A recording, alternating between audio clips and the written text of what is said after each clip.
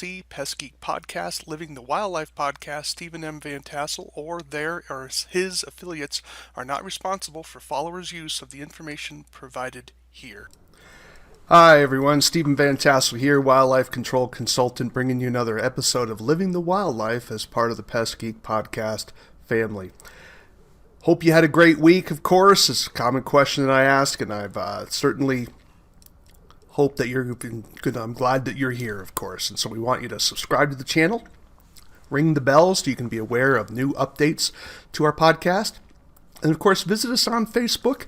Join the revolution, as Franklin calls it. Join us on Facebook for our community there. We talk about all kinds of things and where you can share your triumphs and your trials and just simply ask questions there if you wish. And you can also reach out to me at wildlifecontrolconsultant@gmail.com.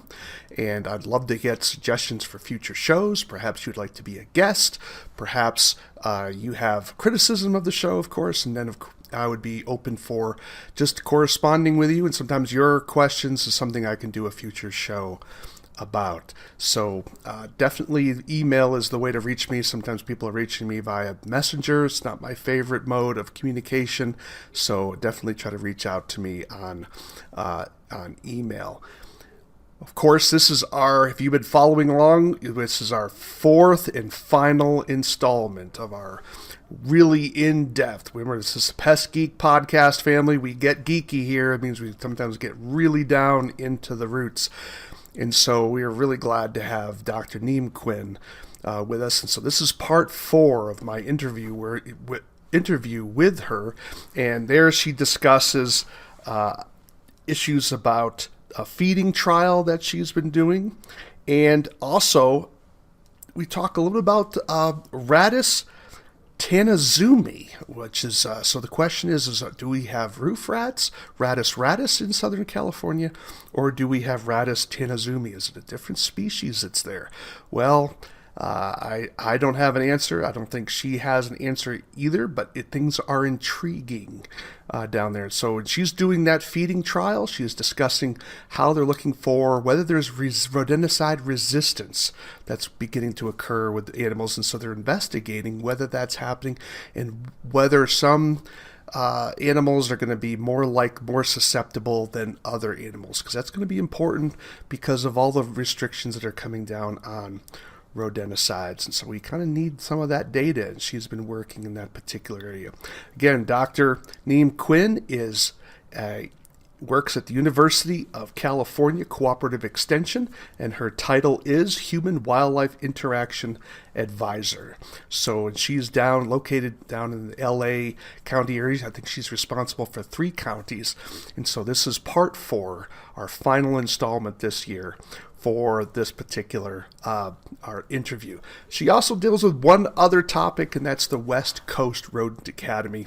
It's probably going to be filled up by the time you hear this particular podcast, but you might want to keep an eye out for her next training event, which will occur in November of this year, 2023.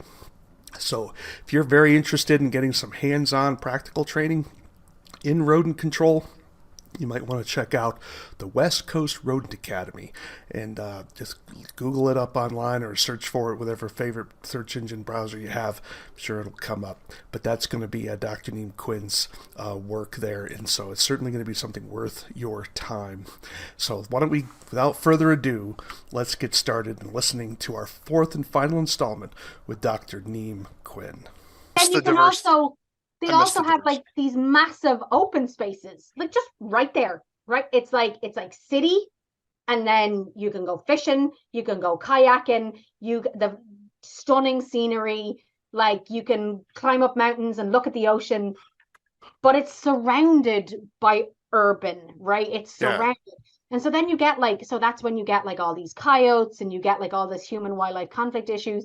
And like what's interesting about Southern California, and I would say that this is quite different to other areas in like, especially in like where you are, right, is that like you got people that love coyotes and you've got people that hate coyotes, right, and they live right next door to each other, right? That's and right. So trying to manage that kind of thing is really difficult. Like, yeah. You know, we've had like 3 or 4 bites on humans already this year. Oh. We had a mountain lion that bit a kid that CDFW wouldn't go on private property because technically the mountain lion didn't break any kind of code, because there's no code that covers like attacks on humans. Like there is code that covers attacks on livestock, but and like it's so No, bizarre. there's out of all the laws that California creates all the time, they don't have a rule that says if a mountain lion kills somebody, you I mean, I kill. just find it so, like, I That's find that bizarre. so bizarre. Like, I'm not saying that you should, like, that mountain lion, like, I don't believe that mountain lion should be hunted, for example. Like, I Hmm. mean, I'm not against hunting, but like, I mean, I mean, there's a lot of them in the state of California, but there's just not a lot of them in a lot of places in the state of California, if Okay. that makes sense. Now, I don't think we need mountain lions in downtown LA. But like, I mean, I think there's certain areas where the populations do need protection. But if it bites a person, that's Yeah, it. Like, I that's mean, it's not the amazing. person's fault. Now, Well, the granted, when person people wasn't get, trying to feed it. It wasn't. yeah, It like was. when people get bitten by coyotes, sometimes those people do deserve it, to be They were honest trying to with fight. They're trying you, to right? feed They're it. trying Yeah, to they're doing something like stupid. pet them. Their dog's on a retractable leash. Like, I'm not saying that it's okay, but like Yeah, sometimes people are kind yeah. of asking for it. We have stupid tourists that come here to Montana and they'll do stuff with buffalo and Yeah. things happen, and usually And the human loses. people are just not educated. Like, it's Yeah. funny, like I go to the park with my husband, right, who knows nothing about wildlife, right, except Okay. that he doesn't want them eating his cherimoyas in the backyard. Okay.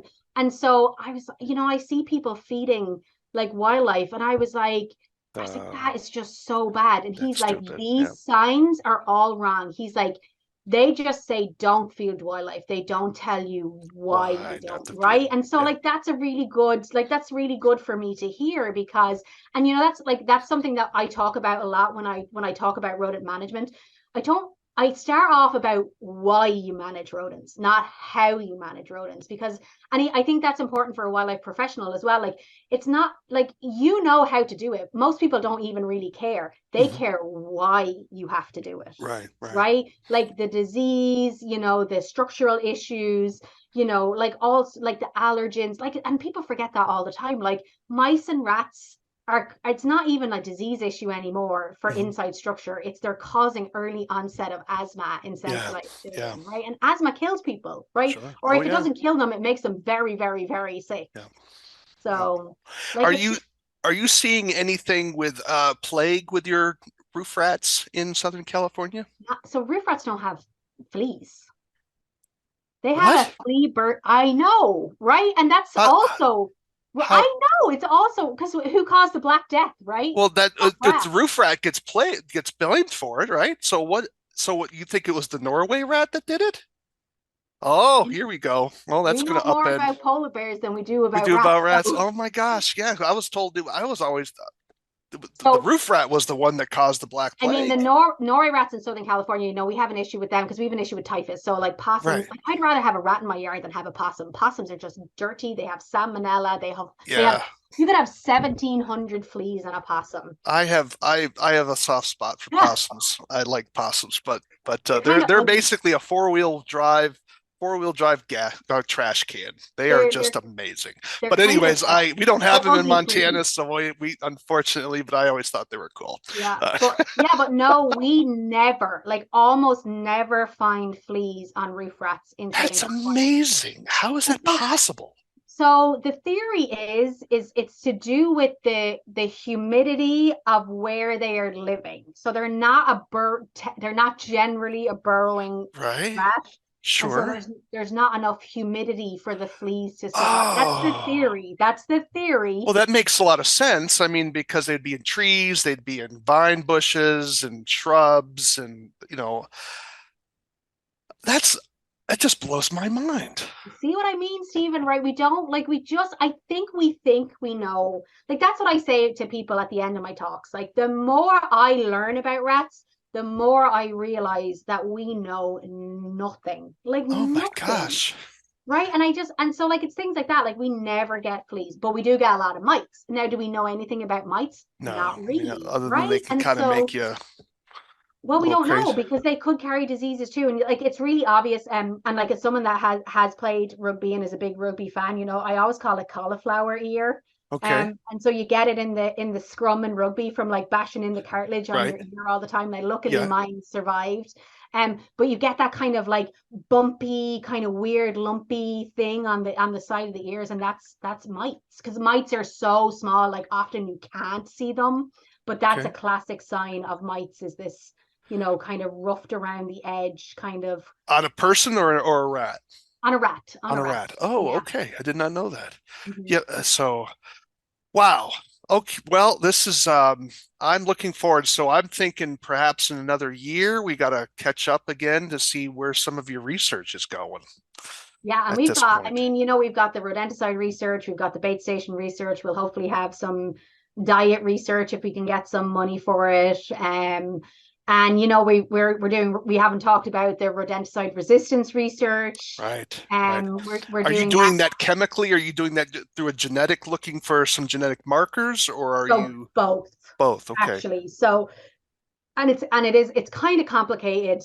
So what we are doing is, so what we have done through a pilot study with Orange County Vector Control is we have found the what we call the Y25F mutation in this VKOR gene, which is essentially the resistance gene, right? And I'm not a geneticist; I'm actually terrified of pipettes, but I'll try and explain it in the least Sure, science way sure. possible. And so we found this mutation, which actually codes for resistance to second generation anticoagulant But rodenticides. not first? No, second. So Interesting. I second. didn't So realize. Wow. bromadiolone to be precise, and maybe difethiolone, but bromadiolone for sure. Okay. But just because it has the genetic mutation doesn't necessarily mean that it is resistant. So, Right. May and not if it is express. resistant, it doesn't mean that the rodenticide doesn't work. It just means that it could be less effective. Yeah, I think that's So, an important point most people forget about. And that is yeah, resistance doesn't mean proof. no, exactly. And so what we're trying to do is we're actually getting rodents from urban areas, ag areas across the whole of California. So I'm working in collaboration with Roger Baldwin at UC Davis. And so Roger's kind of focusing on the ag samples. I'm kind of focusing on the urban samples. Obviously, we have a lot from Southern California, but we're trying to get some from some like more like, I don't want to say rural towns because they're fairly large towns, but like more rural areas that have Yeah, towns in like yeah. Northern California, like places like Redding or like Eureka on the coast, like Okay. places like that. So trying to get those samples, maybe Fresno, some urban samples from Fresno as well. And so, we what we will do is so we get the rats, we process them, we send them to NWRC, which is, it's like NWRC is just an amazing, like it's just such a great tool for me, but like Yeah. for Americans in general, like the research that comes out of NWRC is just, it's incredible, Yeah. right? But So their funding has been under pressure too. yeah, So and so, but like we work together to get funding so I can help like support them, yeah, right? And so yeah. we're funded by California, but we funnel money Through to them. them so they Yeah. can do the research that we need. So Toni Piaggio is the geneticist up there, and we're working with Toni to, we're not exactly looking for, so we are looking for things that we know cause resistance, but we're Hmm. also looking for other things that people may not have found before, right? So there's like these mutations that may cause resistance, but we don't know. And Okay. so we'll look at that and we'll find them. And then when we find them, what we have to do is we have to go back to the populations, and And then look we have again. to recover the rats. And then our toxicologist, Catherine Horak, who also works for NWRC, I think that place is just full of giant brains, Stephen. They got a lot of smart people up there. Yeah, and Yeah. so what we will do is like, and I think Catherine will probably may have to physically help us with this, but we have to like some sort of like cryogenically preserve the livers of these like potentially resistant rats. And Okay. then through the magic of science and pipettes and all that kind of Yeah. stuff over in Catherine's wheelhouse, Yeah. Yeah. like Catherine is able to use the liver and the rodenticides to see if the rats are functionally resistant.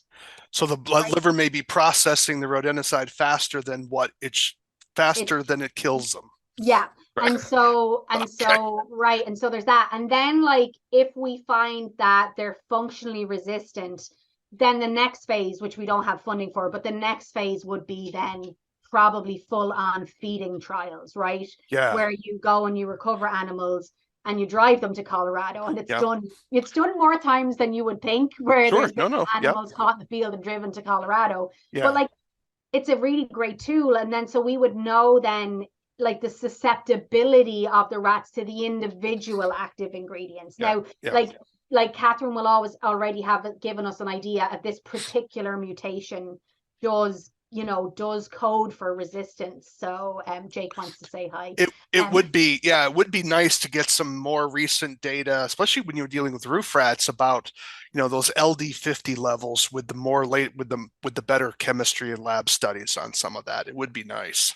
Yeah, I mean, I think that like LD50 is really complicated, and you could hear me speak 100 times. I may never mention LD50, Stephen, because it's such a complex thing, and I think it's something that, and like I don't think it's anything to do with the intelligence of the industrial professionals. I think it's actually more to do with the comprehension of the people that they explain it to, right? Yeah. Like their customers can't understand that, like, just because there's an LD50 doesn't mean that there's an LD1 to 49 of animals that have also died from much smaller doses. That's right. So I tend to stay away an average. Yeah.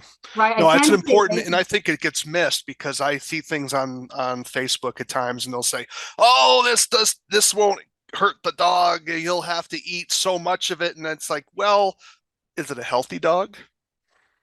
Was it, how much did the dog eat? How much does the dog weigh? And so there's a whole lot of things involved there to LD50, but it's just it's a whole rule of thumb. And sometimes you see some of the parameters.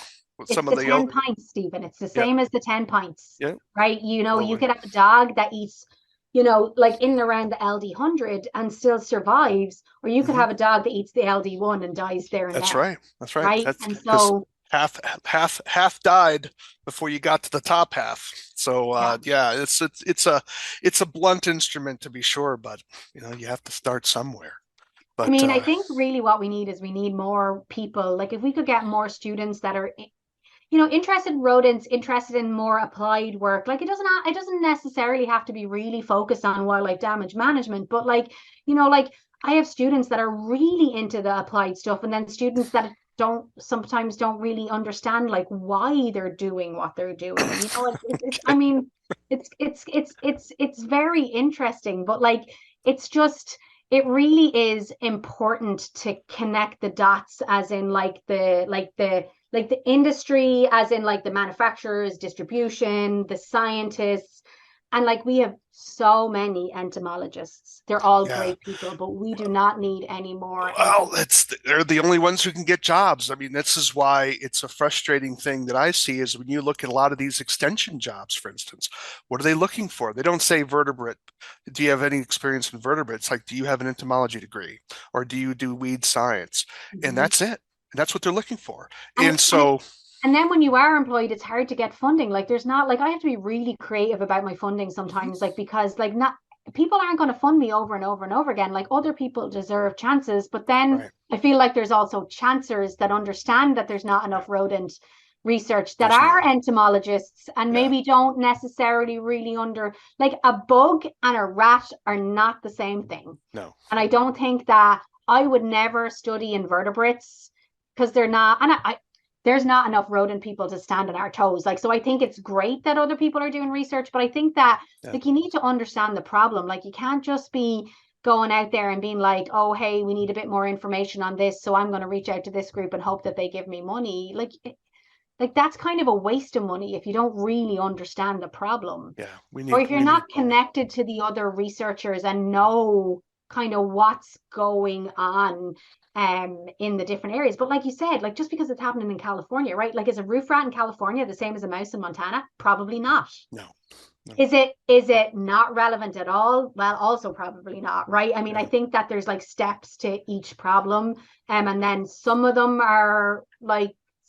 you can solve like holistically, and some of them you need like individual research in the area. Like, is rodenticide resistance different in California than it is in Montana, than it is in like you said, like there's so little information about Paramiscus, like our Paramiscus, like, and then like there's even things like there may be another like roof rat like species in the United States, right? And so like that's another thing that we're looking into, and like we have evidence that there is a genetic difference between these two rats.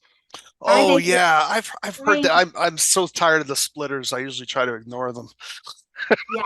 Yeah. And so like So we have this genetic evidence, but we're like, does it mean anything? I does it can't. mean anything? Right, I right. am there's two people in the US that have worked with Radis Tanizumi that I know of, right? Okay. I'm one of them, All right. right? And then Katie Swift that works with Leafotech is another one.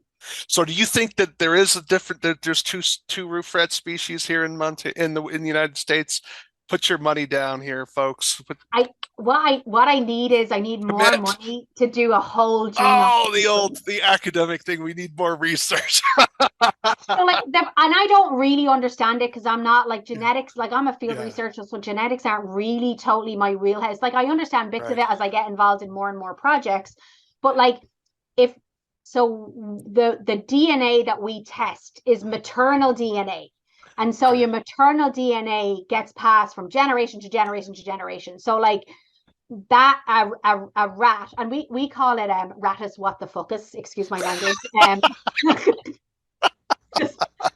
And that was a term that was coined by someone, and I don't know who to give credit to, but I just think it's hilarious. Um and we don't know what it is. Right. And I like, for example, like Katie, who's worked a lot with Radis Tanizumi when she worked with US Fish and Wildlife on different like atolls and all these Okay. like exotic little islands and whatever for rat eradications that do have lots of Radis Tanizumis. Like I put them out for her, and so I knew from the genetic information like which one's which, and she couldn't tell the difference, right? And we've also Yeah. had them sent to one of our colleagues at the Cal State Long Beach, who was like one of my favorite rodent nerds that I've ever met, and she did like some like basic morphometric stuff, and she couldn't really see any differences in size or color or anything like that. Now we had a small sample, but on the genetic side we have a split, right? We have animals that are clearly ratus and animals that are clearly ratus tanizumi. However, because we're only testing maternal DNA, if that animal's mother was a ratus tanizumi like 1,000 years ago or whatever, it will show up, and that's what we could be detecting. And so we need the whole genome to be able to say this is not a ratus, this is a ratus tanizumi. Is there So any maybe, physic? Can you tell them apart if you put two of them side by side? Can you tell them apart? so it's really hard to find it, but like when I've worked with ratus tanizumi and they're kind of orangey, right? I mean, that's Okay. the only way I can describe them. And my parents are so proud of me sometimes. They think my job is absolutely ridiculous, right? And so I'm out in the field, and like we get our rat, we put it in a pillowcase, we lift it up with the pillowcase, and then we fold the pillowcase back, and this thing comes out of me, and me and my staff are like, what the? And it's got this big orange blob on its belly. And hopefully my risk person won't actually ever listen to this, because I just got my finger and I spat in it. And I got to the belly of the rat and I went like this. And I go, no, it's not dirty. Definitely orange. Oh, Like, wow. Okay. and I was like, what is that? And so we've gotten a few as well where like they're really orangey, like under the arms and kind of like Yeah. at the edges of where their fur changes color. Okay. And so like I don't, but then we put all the rats out and we can't tell which one's which, right? So we have the Yeah. genetic information, but we can't tell the difference between them. Yeah. And so I'm not a, what's yeah. the significance too, right? Now the Yeah. significance is that they could be very behaviorally different. Yeah. It could be Okay. that the rapid expansion of roof rats across the United States is actually not roof rats, it's actually Tanizumi, Okay. right? If that's the case, then Tanizumi are not on any rodenticide labels. Well, I have an answer for that because I've made the same complaint about voles Yeah. to the EPA. You know what their answer to me was? Well, that's an unenforceable part of the label. I said, do you know? I'm thinking to myself, they've undercut I'm an educator, of course, and what do we always say? Label is the law, label is the law, label is the law, right? Until it's not. Now, but basically undercut my whole thing. So I'm like, well, why don't you just simply put on the label then voles Yeah. and not Yeah. put the species on it? And like we don't, and like I don't know what the significance is, and we're not spending a whole lot of money to be honest with you on this either. Well, But it's kind of one of those you don't need to interesting. have a new problem in California, do you? I mean, that would No, be the other thing. not really, but like it's interesting. Like, what if they're more resistant, right? I mean, like there are a couple of things, and but we don't know, right? What if there are different like management mechanisms? What if they have different diseases? There are other things. Excuse me, but we're not spending a huge amount of time on it. Right. Well, that's something, well, it's certainly going to be a question that we're going to have to get answered if that's the case. I don't know. Wow, we've covered a lot of territory here. So we want to really be grateful for the kind of time. I've been here 2 hours, so it's an amazing thing. This will be at least two shows, maybe three. I'll have to see how I'm going to split it up. Well, Dr. Quinn, we want to really thank you for participating with us here. You've been listening to Living the Wildlife as part of the Pest Geek podcast family. Really glad to have you on board. Dr. Quinn is Niam Quinn. She's the Human Wildlife Interaction Advisor for the University of California Cooperative Extension. You can definitely check her out online. She's been doing a lot of work in the area with roof rats, or maybe what's the other species you talked about here? The polite name or the scientific one? The scientific name, because Rattus is the one for the roof rat that we think it's there. Rattus tanazumi, right? So, do I have to add another section in my book? I don't know. Yeah. I don't want to bother with it. Maybe I'll have to mention it. So we're really glad to have you on board. We've been talking about coyotes. We've talked about roof rats and bait stations and in your training event here, your Western Rodent Academy, right? West Coast Rodent Academy. Was it West Coast Rodent Academy? Yeah. West Coast Rodent Academy, which is probably going to be filled up by the time you listen to it, but you want to probably get on any type of mailing list, or better yet, bring it to your location. She's happy to discuss that possibility with you, either providing you the training or pay to have her come out and help bring her people and have you do it with her, because it's a 3-day event and very useful. I haven't gone to this one. I've certainly watched portions of it. It was certainly, there's some information there you want to get a hold of to be sure. So really glad to have you with us. And so you've been listening to Living the Wildlife. Why do we call it Living the Wildlife? Because we want you to live the wildlife, not be the wildlife. Take care, everybody.